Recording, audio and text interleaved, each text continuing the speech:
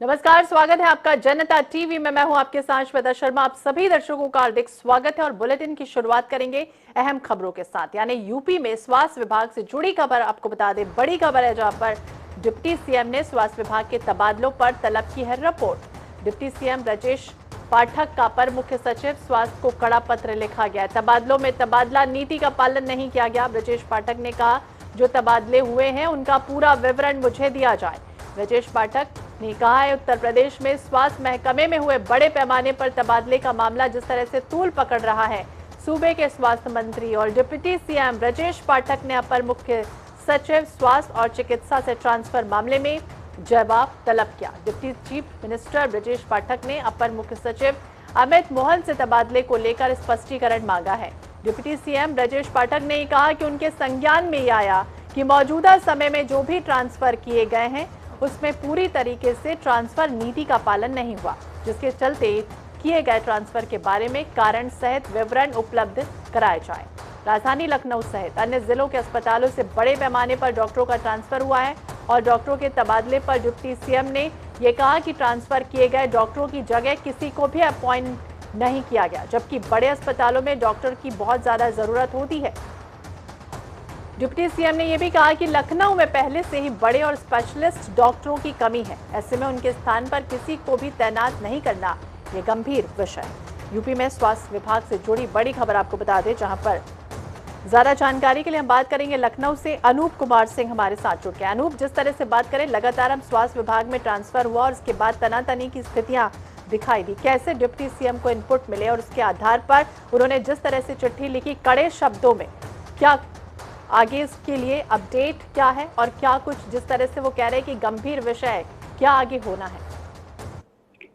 देखिए, स्वास्थ्य विभाग हमेशा सवालों पे घेरे में रहता है, वो चाहे इलाज की बात हो या अभी जिस तरीके से ट्रांसफर नीति बनाई गई थी सरकार की तरफ से, 3 साल से जो ज्यादा एक स्थान पर डॉक्टर हैं वो ट्रांसफर कर सकते हैं, या फिर तमाम और भी चीजें थी, महिलाओं को प्राथमिकता दी गई थी, ये सब तमाम चीजों के आधार पर। लेकिन इन सब नियम कायदे कानून को दरकिनार करते हुए जो ट्रांसफर किए गए हैं, तो शायद यही वजह है कि जो डिप्टी सीएम जो ब्रजेश पाठक है उन्होंने संज्ञान लिया इस मामले लेकर। हालांकि कई शिकायतें आई थी कि ट्रांसफर नीति में इस तरीके से गड़बड़ी हुई है। यही कारण है कि जो ब्यूरोक्रेसी और जो मंत्रियों के बीच में जो द्वंद्व युद्ध छिड़ा हुआ है स्वास्थ्य विभाग में। अब ब्रजेश पाठक ने स्पष्टीकरण मांगा है अमित मोहन प्रसाद से, पीएस होम स्वास्थ्य ने उनसे कहा है कि तबादले हुए हैं, किस आधार पर हुए हैं और जो सरकार की तरफ से ट्रांसफर नीति बनाई गई थी क्या उसका पालन क्यों नहीं किया गया है, ये सब तमाम चीजों पर स्पष्टीकरण मांगा है। अब देखना ये होगा कि ब्रजेश पाठक इस मामले पर कितना कड़ा एक्शन ले पाएंगे। हालांकि अभी हाल में ही जो तमाम करोड़ों रुपए की जो दवाएं थी वो जो समय से बाद में खराब हो गई, उसको लेकर ब्रजेश पाठक ने संज्ञान लिया था और जांच के आदेश दिए थे। अब फिलहाल अभी उस मामले पर कुछ नहीं हो पाया, क्योंकि बीच में मैंने ब्रजेश पाठक से भी बात की थी इस मामले में आपने क्या किया, क्योंकि बहुत बड़ा मामला था, बहुत बड़ा घोटाला था दवाइयों को लेकर के। लेकिन उनका जवाब यही था कि बहुत बड़ा मामला है, इस पर बहुत बड़े स्तर से जांच हो रही है। तो जांच कब तक हो पाएगी, क्या जांच ठंडे बस्ते में चली जाएगी? एक जो बड़ा मामला आया है ट्रांसफर नीति को लेकर के, इसकी कब तक जांच होगी, क्या इस पे कार्रवाई होगी? तमाम चीजों पर सवाल स्वास्थ्य विभाग में उठते हैं। अब देखना होगा कि क्या कुछ इस मामले पर सरकार कुछ एक्शन लेती है या फिर मंत्रियों की चल नहीं रही है। क्या जो बिल्कुल देखना होगा, ट्रांसफर में ट्रांसफर नीति का पालन नहीं हुआ है, स्पष्टीकरण मांगा गया और इस स्पष्टीकरण के बाद क्या कुछ होता है, किस पर गाज गिरती है, फिलहाल देखना होगा। नजर बनाए रखिए। बहुत बहुत शुक्रिया तमाम जानकारी के लिए। तो बड़े अस्पतालों में डॉक्टरों की बहुत ही ज्यादा जरूरत पड़ती है। यूपी में स्वास्थ्य विभाग से जुड़ी बड़ी खबर आपको बता दें, जहां तबादलों पर रिपोर्ट तलब की गई। और चलिए बात करेंगे आज से, क्योंकि यूपी में वन महोत्सव की शुरुआत होना है, यानी पहले दिन 25 करोड़ पौधे लगाने का लक्ष्य रखा गया है। सीएम योगी चित्रकूट में पौधारोपण करते नजर आएंगे, वहीं डिप्टी सीएम केशव प्रसाद अयोध्या में पौधा लगाएंगे। वन महोत्सव की शुरुआत हुई है, आज होने जा रही है, जिसमें 35 करोड़ पौधे लगाने का प्रावधान रखा गया है। सीएम योगी आदित्यनाथ को आप देख रहे हैं, उन्होंने पौधा हालांकि रोपित कर दिया है। वन महोत्सव की शुरुआत, जिसमें यूपी में लगातार हम देखते हैं कि प्रकृति से जुड़ा संदेश मुख्यमंत्री योगी आदित्यनाथ यदा कदा देते रहते हैं। टारगेट जो है वो अचीव करना यूपी की खास तौर से शान मानी गई है। तो प्रकृति से जुड़ा संदेश और उसके बाबत अगर हम बात करें वन महोत्सव की, तो आज से शुरुआत हो रही है और वन महोत्सव की शुरुआत में मुख्यमंत्री योगी आदित्यनाथ चित्रकूट में पौधा रोपित करते नजर आएंगे। वहीं डिप्टी सीएम केशव प्रसाद अयोध्या में पौधा रोपित करते नजर आएंगे। चित्रकूट का यह पहला दौरा है। मुख्यमंत्री योगी आदित्यनाथ 2.0 यानी दूसरा कार्यकाल मुख्यमंत्री बनने के बाद योगी आदित्यनाथ पहली बार चित्रकूट पहुंच रहे हैं और वहां पर आज वन महोत्सव की शुरुआत होना है। तैयारियां हालांकि पहले से हो चुकी है। बैठकों का दौर जो है वो लगातार होता रहा है। जनसभा को आज खास तौर से संबोधित मुख्यमंत्री योगी आदित्यनाथ करते हुए नजर आएंगे। अधिकारियों की तरफ से अगर बात करें तो पूरी तरह से तैयारियां हो चुकी हैं। चित्रकूट से संजय साहू ज्यादा जानकारी के लिए हमारे साथ जुड़ गए हैं। संजय, जिस तरह से बात करें अधिकारियों ने किस तरह से तैयारियां कर ली हैं, क्योंकि 2.0 यानी मुख्यमंत्री योगी आदित्यनाथ का दूसरा कार्यकाल है, लेकिन पहला दौरा चित्रकूट का।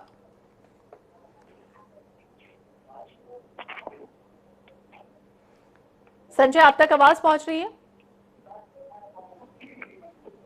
फिर से हम संपर्क करने की कोशिश करेंगे संजय से। हम आपको बता दें अयोध्या से हमारे साथ बीएस लाठी भी जुड़ गए हैं। ज्यादा जानकारी के लिए ग्राउंड जीरो से हम बात करेंगे।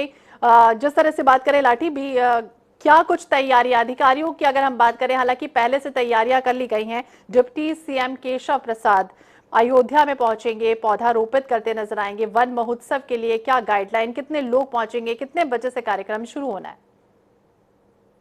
कार्यक्रम था वो जो डिप्टी सीएम देखे 10:30 बजे से वो कार्यक्रम था। 10 बजे अयोध्या पहुंचने का था, पर उनके तकनीकी हेलीकॉप्टर में तकनीकी कारण आने की वजह से मौर्या का जो कार्यक्रम था, यहाँ वृक्षारोपण जो लगने की यहाँ सारी तैयारियां पूरी हो चुकी थी, उनके आने से प्रोग्राम डिप्टी सीएम का कैंसिल हो चुका है।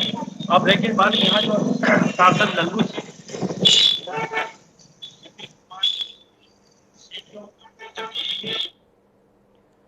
बीएस लाठी हमारे साथ जुड़े हुए हैं, बट आपकी आवाज हम तक ठीक से नहीं पहुंच पा रही है। हम अपने दर्शकों को एक बार फिर से बता दें, हम संपर्क करने की दोबारा आपसे कोशिश करेंगे। यूपी में वन महोत्सव की शुरुआत होना है, लेकिन जिस तरह से बात करें, केशव प्रसाद अयोध्या में आज जाने वाले थे, लेकिन उनके प्रोग्राम में कुछ तब्दीली कर दी गई है। तो जितना हम समझ पाए, बीएस लाठी हमारे साथ अयोध्या से जुड़े हुए थे। उनका कहना है कि अभी फिलहाल केशव प्रसाद अयोध्या में पौधा रोपित करने वाले थे, लेकिन उनका कार्यक्रम कुछ तब्दील कर दिया गया। हमारे साथ संजय साहू चित्रकूट से लगातार बने हुए हैं। चित्रकूट की अगर बात करें संजय, क्या अधिकारियों ने दिशा निर्देश दे दिए हैं, कितने बजे पहुंचेंगे मुख्यमंत्री योगी आदित्यनाथ? बिल्कुल, देखिए दर्शकों को बता दें कि ये पहली बार होगा जब बिहार के पाठा में सीएम योगी आदित्यनाथ का ये पहला दौरा होगा। लगातार प्रदेश के चौथे जो टाइगर रिजर्व केंद्र है वो भी उसी जगह से बनना शुरू हुआ है, जहां से आज सीएम पौधारोपण करने वाले हैं। सबसे अहम बात यह है कि 600 लगभग 650 वर्ग किलोमीटर में जो प्रदेश का चौथा टाइगर रिजर्व केंद्र बनेगा, वो अपने आप में अहम होगा। और खासतौर से बात यह है कि आज लगभग 11:30 बजे के तकरीबन सीएम योगी आदित्यनाथ मानिकपुर ब्लॉक के शेहरिन गांव पहुंचेंगे, जहां वो पौधारोपण करेंगे। उसके साथ ही प्रधान और छात्रा को सम्मानित भी करेंगे। तो जाहिर सी बात है मोटिवेशन होगा, तो जाहिर सी बात है कि लगातार इसमें जो है बढ़ावा मिलेगा।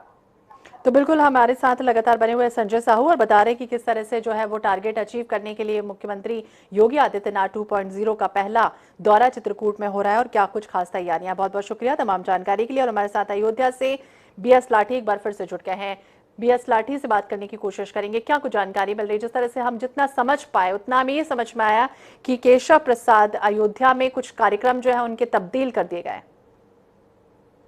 जी सर, बिल्कुल तब्दील कर दिए हैं। डिप्टी सीएम का 10 बजे का जो प्रोग्राम था, आने का वृक्षारोपण का कार्यक्रम था, तो सारी तैयारियां पूरी कर ली गई थी। जिला प्रशासन पूरी तैयारियां कर लिया था, पर उनके हेलीकॉप्टर में तकनीकी खराबी के कारण उनका दौरा अपने कारणों से निरस्त कर दिया गया है। पूजा जो इस तरह से श्वेता जी जिस तरह से अयोध्या में मलिन बच्चों का वो दौरा करने वाले थे, जिस तरह से सारी तैयारियां पूरी कर ली थी जिला प्रशासन और यहाँ सांसद और विधायक जितने हैं सारे निश्चित मंच पे मौजूद थे। बस ये हुआ था कि हेलीकॉप्टर उड़ने वाला है और बस कुछ ही देर में यहाँ पहुंचेगा। पर यहाँ से खबर आती है कि हेलीकॉप्टर में कुछ अपराध कारणों तकनीकी कारणों से वो उड़ान नहीं भर सका, इसलिए उनका प्रोग्राम कैंसिल हो गया। अब यहाँ का जो कार्यक्रम है वो जिला अधिकारी और सांसद लल्लू सिंह, विधायक रामचंद्र, अयोध्या वेद प्रकाश गुप्ता, जिला पंचायत अध्यक्ष वो लोग वृक्षारोपण में शामिल होंगे और उसमें भाषा करके वृक्षारोपण का कार्यक्रम का शुरुआत की जाएगी। जी, तो हेलीकॉप्टर में तकनीकी खराबी की वजह से केशव प्रसाद अयोध्या में पौधा लगाने के लिए पहुंच रहे थे, लेकिन अब वो नहीं पहुंच पाएंगे और इसकी जगह जिलाधिकारी जो भी सांसद हैं वहां पर मौजूद रहेंगे, वो सब आज जो कार्यक्रम है वन महोत्सव का उसमें शिरकत करेंगे। बहुत बहुत शुक्रिया तमाम जानकारी के लिए। प्रधानमंत्री नरेंद्र मोदी 7 जुलाई को लगभग 4 घंटे के लिए अपने संसदीय क्षेत्र वाराणसी आएंगे। प्रधानमंत्री के आगमन से पहले उनके दौरे से जुड़ी तैयारियों का जायजा लेने के लिए दोपहर लगभग 1:30 बजे मुख्यमंत्री योगी आदित्यनाथ वाराणसी आएंगे। मुख्यमंत्री का हेलीकॉप्टर पुलिस लाइन में लैंड करेगा। इसके बाद वो सर्किट हाउस जाएंगे। सर्किट हाउस में से मुख्यमंत्री सिगरा स्थित रुद्राक्ष इंटरनेशनल कन्वेंशन सेंटर में अखिल भारतीय शिक्षा समागम स्थल देखेंगे। इसके बाद प्रधानमंत्री के जनसभा स्थल सिगरा स्थित डॉक्टर संपूर्णानंद स्पोर्ट्स स्टेडियम की तैयारियों का जायजा लेंगे। फिर सर्किट हाउस सभागार में पुलिस और प्रशासन के अफसरों के साथ बैठक करने के बाद शाम 4 बजे का वक्त होगा जब लगभग लखनऊ के लिए रवाना होंगे। तौकीर किदवई ज्यादा जानकारी के लिए हमारे साथ जुड़ेंगे, उनसे जानने की कोशिश करेंगे। लेकिन आपको बता दें, इसके पहले पीएम के आगमन को लेकर एक्शन में अब मुख्यमंत्री योगी आदित्यनाथ दिख रहे हैं। सर्किट हाउस में अधिकारियों के साथ बैठक मुख्यमंत्री करेंगे। अधिकारियों के साथ कार्य योजनाओं की अंतिम बैठक यानी अंतिम रूपरेखा तैयार करने की कोशिश जो है वो की जा रही है। दोपहर 1:15 का वक्त होगा जब पीएम के कार्यक्रम की तैयारियों का जायजा लेंगे सीएम योगी।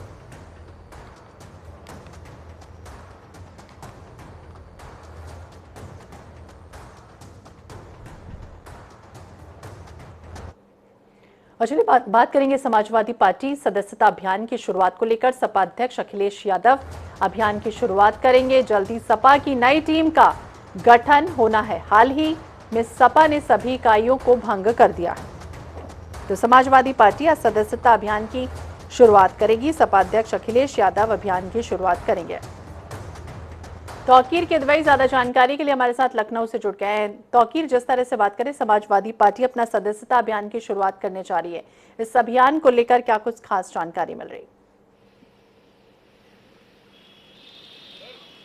देखिए, आज इस अभियान की शुरुआत होगी और ख़ास बात है अखिलेश यादव ने कहा है कि वो खुद इस अभियान की शुरुआत करेंगे, यानी कि पार्टी मुख्यालय से इसका अभियान की शुरुआत होनी है।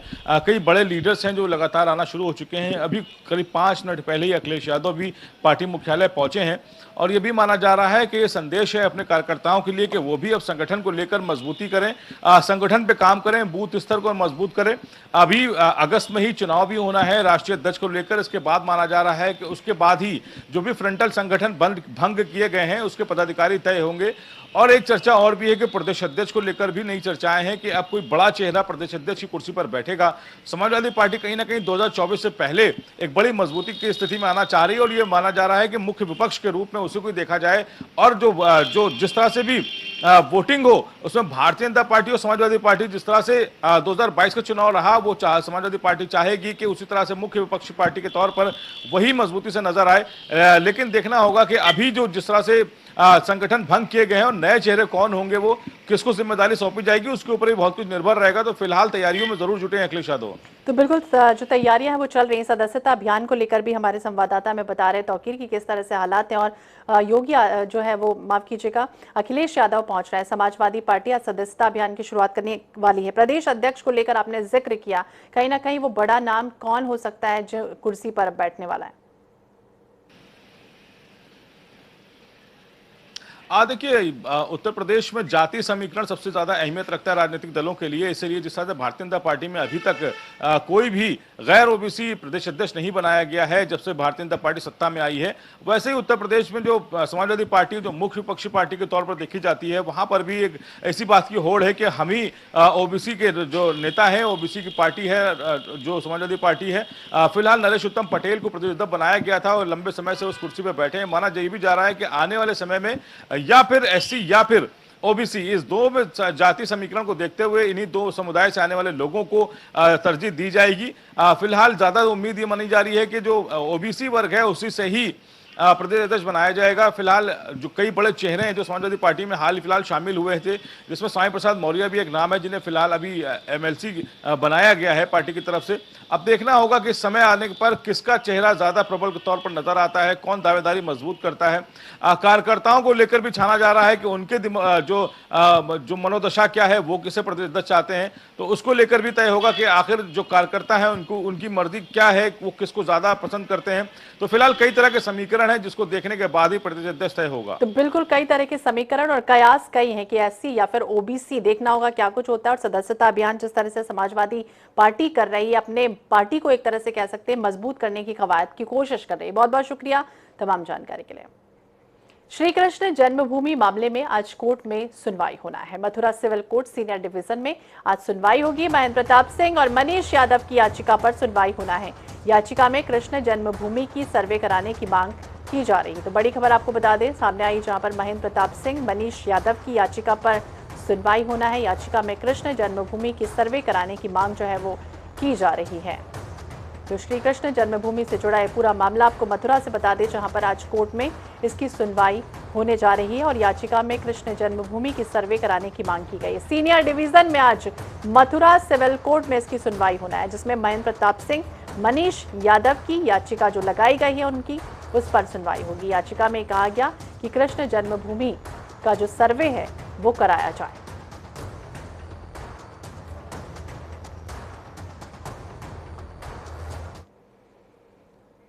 इधर कानपुर से बड़ी खबर आपको बता दें, जहां बर्रा इलाके में डबल मर्डर से हड़कंप मच गया। पति पत्नी की गला काटकर हत्या कर दी गई। धारदार हथियार से गला रेत कर पति पत्नी की हत्या की गई है। पड़ोसियों ने इसकी सूचना पुलिस को दी। पुलिस और फॉरेंसिक टीम पूरे मामले की जांच कर रही है। पति पत्नी की जिस तरह से गला रेत कर हत्या कर दी गई, पड़ोसियों ने इस पूरे मामले में जानकारी जो है वो पुलिस को दी और इसके बाद फॉरेंसिक टीम मौके पर पहुंची, पुलिस की टीम पहुंची और पूरे मामले की जांच जो है वो की जा रही है। तो बर्रा इलाका है जहां पर डबल मर्डर से सनसनी फैल गई। EWS कॉलोनी है, यहाँ पे कल रात में एक घटना हुई है। घटना का समय लगभग 12 से 3 बजे का है। इसमें ये मुन्ना लाल है, ये अपने घर में सोए हुए थे और इनके घर में उनकी पत्नी और एक बेटा और बेटी रहती है। ये 4 लोग थे। इसमें रात में इनका जो तहरीर प्राप्त हुई है उसके आधार पे उनके लड़के द्वारा बताया गया है कि इनके लड़के के ससुराल वालों से, मायके वालों से, पत्नी से इनका विवाद चल रहा था और उसी विवाद को चलते ये घटना उनके द्वारा कारित की गई है। अभी हमारे पास नामजद तहरीर 2 लोगों के विरुद्ध प्राप्त हुई है। और चलिए बात करेंगे उत्तराखंड की। तो अगले 4 दिन में भारी बारिश का अलर्ट जारी किया गया है। आज और कल मौसम विभाग ने ऑरेंज अलर्ट जारी किया है। 5 से 6 जुलाई को देहरादून, पौड़ी, नैनीताल, चंपावत में ऑरेंज अलर्ट जारी किया गया है। 7 से 8 जुलाई को नैनीताल, बागेश्वर, देहरादून में येलो अलर्ट जारी किया गया है। संवेदनशील इलाकों में सतर्क रहने के निर्देश जारी हैं। मानसून के लिहाज से प्रदेश में अगले कुछ दिनों तक भारी बारिश का पूर्वानुमान है। मौसम विभाग ये कह रहा है कि मुताबिक 5 और 6 जुलाई को प्रदेश के कुछ जिलों में भारी बारिश हो सकती है। ऐसे में बेहद सतर्कता बरतने की जरूरत है। आपदा के लिहाज से प्रदेश बेहद संवेदनशील है। मानसून सीजन में सरकार ने सभी कर्मचारियों की छुट्टी पर भी पाबंदी फिलहाल लगा दी है। यानी पिछले कुछ दिनों से हो रही बारिश के चलते ही तकरीबन 150 के आसपास संपर्क मार्ग पूरी तरह से बाधित चल रहे हैं। तो उत्तराखंड में अगले 4 दिन और भारी बारिश का अलर्ट जारी किया गया है। मौसम विभाग ये कह रहा है कि सभी कर्मचारियों की छुट्टी पर भी फिलहाल पाबंदी है। यानी कुछ दिनों से बारिश चल रही है और उसके मद्देनजर तकरीबन 150 के आसपास संपर्क मार्ग जो है वो बाधित हो रहे हैं। 7 से 8 जुलाई को नैनीताल, बागेश्वर, देहरादून में येलो अलर्ट जारी किया गया है। तमाम जगहों पर सुरक्षा के इंतजाम जो है वो कर दिए गए हैं। भूस्खलन, बाढ़ जैसी आपदा से निपटने के लिए लगातार प्रशासन पूरी तरह से मुस्तैद है। आपको बता दें उत्तराखंड में अगले 4 दिन भारी बारिश का अलर्ट जारी किया गया। आप सभी से ये अपील जनता टीवी की तरफ से कि सभी पूरी तरह से एहतियात बरतने की कोशिश करें। तो 5 से 6 जुलाई को देहरादून, पौड़ी, नैनीताल, चंपावत में भी ऑरेंज अलर्ट जारी किया गया है। नवीन शुक्ला ज्यादा जानकारी के लिए हमारे साथ जुड़ गया। नवीन, हम देख रहे थे कि लगातार बारिश जो है वो लगातार हो रही है और ऐसे में प्रशासन की तरफ से बाढ़ हो चाहे फिर भूस्खलन है, उसको निपटने के लिए क्या कुछ तैयारियां की जा रही हैं, किस तरह से लोगों को समझाइश दी जा रही है?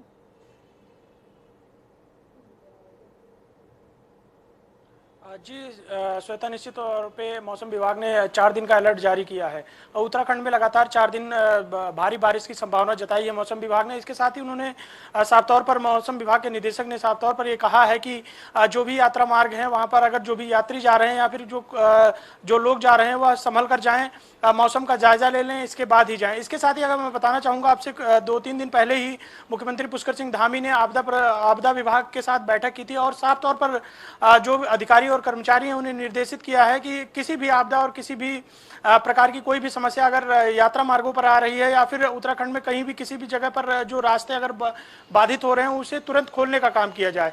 तो साफ तौर पर है, मुख्यमंत्री खुद मौसम की मॉनिटरिंग कर रहे हैं, जो लगातार मौसम में बदलाव आ रहा है उसकी मॉनिटरिंग कर रहे हैं, लगातार बैठकों का दौर भी जारी है। इसके साथ ही जिलाधिकारियों को साफ तौर पर निर्देशित किया गया है कि जहां पर भी अगर रास्ते बंद होते हैं वहां पर जल्द से जल्द पहुंचा जाए और जो रास्ते हैं रास्ता मार्गों को खोलने का काम किया जाए। तो शासन और प्रशासन पूरी तरीके से अलर्ट मोड पर नजर आ रहा है। इसके साथ ही मौसम विभाग ने जो अलर्ट जारी किया है, 4 दिन भारी बारिश की संभावना उत्तराखंड में जताई है और इसको लेकर साफ तौर पर मौसम विभाग का यही कहना है कि जो भी लोग जा रहे हैं, यात्रा मार्गों पर जा रहे हैं या फिर अपने गंतव्य को जा रहे हैं, वह मौसम का मिजाज देखते हुए ही अपनी यात्रा करें।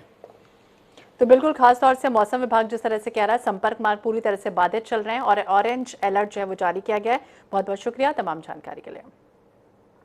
केदारनाथ से बड़ी खबर आपको बता दें, जहां बदला है पूजा और दर्शन का समय। इस वक्त की बड़ी खबर केदारनाथ धाम से, जहां पर पूजा और दर्शन करने का समय बदल दिया गया। अब सुबह 5 बजे से रात 9 बजे तक दर्शन कर सकेंगे। मई जून में दर्शन का समय सुबह 4 बजे से लेकर रात 11 बजे तक होता है। तो अब ये समय जो है वो बदल दिया गया है। केदारनाथ धाम जो भी यात्रा करने जा रहा है उनके लिए आपको बता दें समय जो है वो तब्दील कर दी गई है। केदारनाथ धाम में पूजा करने का और दर्शन करने का समय बदल दिया गया है। पहले 4 से 11 बजे तक का समय था, अब 5 बजे से लेकर रात 9 बजे तक ही दर्शन जो है वो भगवान के हो पाएंगे। और इसी के साथ इस बुलेटिन में फिलहाल इतना ही। बाकी अपडेट्स के लिए आप देखते रहिए जनता टीवी। नमस्कार।